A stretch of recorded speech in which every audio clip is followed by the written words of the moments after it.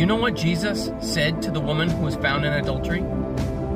In John chapter 8, the Pharisees brought this woman to Jesus they had caught in a sin, punishable by death according to Old Testament law, and they demanded Jesus to cast judgment upon her. Without skipping a beat, Jesus said, "He who is without sin cast the first stone." One by one, her accusers dropped their stones and walked away, until it was just her and Jesus standing there. And do you know what he said to her? John chapter 8, verses 10 and 11.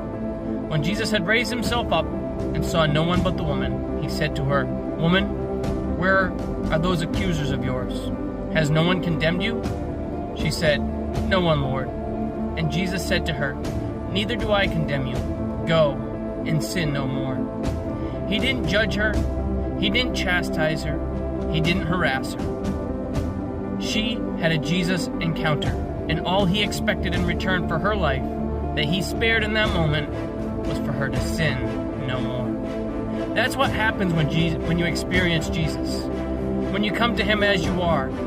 But if you let him touch your life, you'll never be the same.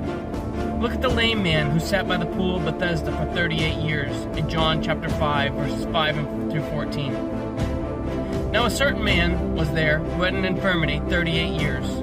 When Jesus saw him lying there and knew that he had already been in that condition a long time, he said to him, "Do you want to be made well?"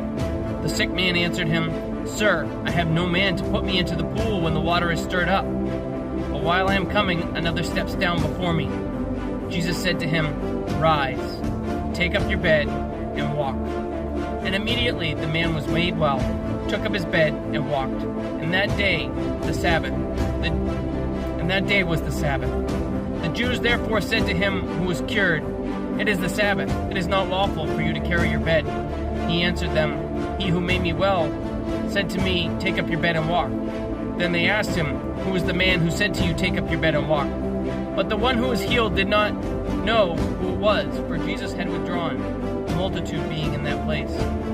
Afterward, Jesus found him in the temple and said to him, "See, you have been made well. Sin no more, lest the worst thing come upon you." That man's life was changed that day. His life's course was drastically altered. He went from being a lame beggar to healed when he encountered Jesus.